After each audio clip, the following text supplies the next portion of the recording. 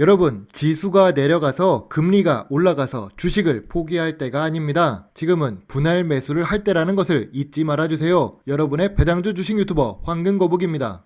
원 달러가 1,400원을 터치했습니다. 정말 오래간만에 보는 금액인데요. 저는 여행을 좋아해서 한화가 강세일 때 1,000원에 가까웠던 기억이 납니다. 생각해보면 그 시기보다 40%나 한국 돈의 가치가 없어진 것인데요. 9월 5일에 이런 뉴스를 보았습니다. 역대급 엔화 약세에 일본 증시가 강세였지요. 일본 경제의 엔화 약세 효과가 톡톡 튄답니다. 그런데 같은 날 한국 뉴스에는 S의 공포가 다가옵니다. 고환율에 원자재 가격이 올라가고 경기 침체 속에 물가만 오를 것 같다는데요.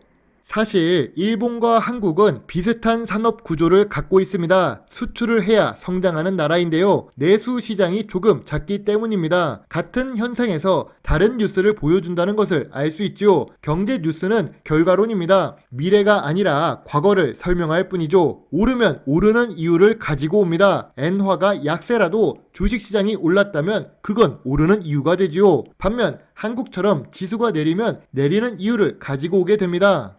우리나라 시가총액 1위 삼성전자를 보겠습니다. 분기마다 배당도 주고 실적도 좋은 삼성전자입니다. 투자 체크 포인트는 역사상 고점이 96,800원이라는 점이죠. 52주 최저가를 보더라도 고점이 8만원, 저점이 55,000원대입니다. 지금 주가가 정말 낮다는 것을 알 수 있습니다. 그렇다고 삼성전자 재무제표가 나빴을까요? 아니요, 오히려 좋았습니다. 심지어 2019년보다 2020년에 매출이 증가합니다. 2020년보다 2021년은 더 상승하는데요. 원화가 약세라면 수출을 주로 하는 삼성전자에게는 호재이지요. 우리나라 물건값이 저렴해져서 더 많이 판매할 수 있기 때문입니다. 그런데 주가는 2021년 1월부터 계속 하락하고 있습니다. 2019년 저점이 4만원이지만 회사 규모가 커지고 매출액과 영업이익이 크게 상승했으니 저점보다 현재 주가가 높아야 한다는 것은 직관적으로 이해할 수 있지요. 6만원이 깨지면 매수한다고 했던 분들 왜 지금 매수하지 않는 거지요? 세계 경제가 어려워서인가요? 금리가 더 올라가서요? 인플레이션 우려가 돼서요? 그렇다고 스마트폰 사용 안 할 거예요? 그건 아니잖아요. 반도체는 미래의 쌀입니다. 농경시대에는 쌀을 재배하는 것과 같아요. 그런데 그런 주식이 현재 저평가 구간이자 저점 구간입니다. 52주 최저가 근처에 왔어요. 여유 자금이 있다면 분할 매수하는 것이 맞습니다. 몰빵 투자를 이야기하는 것이 아니라 분할 매수 투자입니다. 주식 투자는 늘 남들보다 덜 물리는 주가에 매수해야 성공할 수 있기 때문이지요. 다음은 오후에 크게 오르기 시작한 나이스인데요. 그동안 주가의 흐름이 나이스하지 못했던 나이스 주식 애플페이 관련주로 묶이면서 주가가 상승하기 시작했습니다.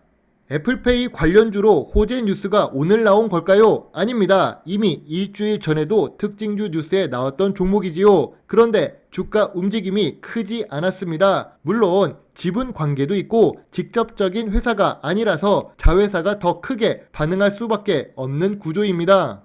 하지만 황금 거북이가 지켜보고 있는 이유가 무엇일까요? 일단 2020년 고점인 22,000원부터 2년 동안 하락하고 있었습니다. 상승 추세로 넘어가지도 않고 계속 하락하고 있던 나이스인데요. 이제 애플페이 관련주로 묶이면서 반등하려는 차트 모양으로 돌아가고 있습니다. 그리고 나이스는 2019년부터 2021년까지 매출액이 점점 증가하고 있는 중이죠. 비록 영업이익이 떨어졌던 이유는 자회사 중 손실을 내고 있던 부분이 있었기 때문입니다. 영업이익 감소 요인은 이미 황금거북이가 2022년 주주총회를 다녀오고 만든 영상에 잘 나와 있습니다. 그리고 나이스 같은 경우 최대 주주가 14만 주나 주식을 매수한 종목입니다. 6월 28일 전후로 황금거북이는 나이스 주식을 계속 투자하고 있었고 어제부터 수익 구간에 들어온 상태인데요. 1차 수익은 16,000원에 매도를 하고 2차 수익은 18,000원에 매도를 할 예정이지요.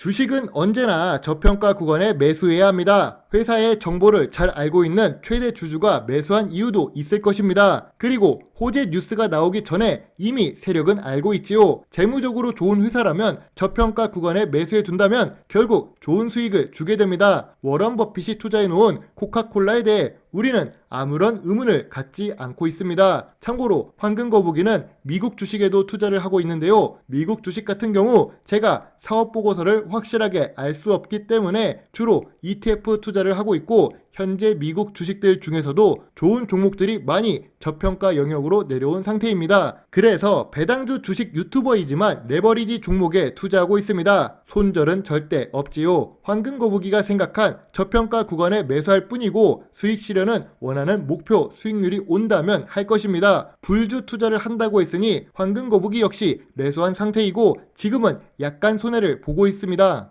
시장은 여전히 혼란스러운 상태입니다. 러시아와 우크라이나의 전쟁은 여전히 진행 중이죠. 중국은 다시 봉쇄를 지속하고 있고 미국과 중국의 무역 전쟁도 계속되고 있습니다. 우리나라 금리는 버틸만 하지만 아르헨티나 같은 경우 기준금리가 무려 60%입니다. 그런 걸로 본다면 한국은 여전히 잘 버티고 있지요. 제가 만약 한국 사람이 아니라면 미국 주식만 투자를 할 것 같은데요. 그러나 황금거북이가 한국 주식의 매수 포지션을 유지하는 이유는 저평가 구간에 있는 좋은 배당 주식들이 많기 때문입니다.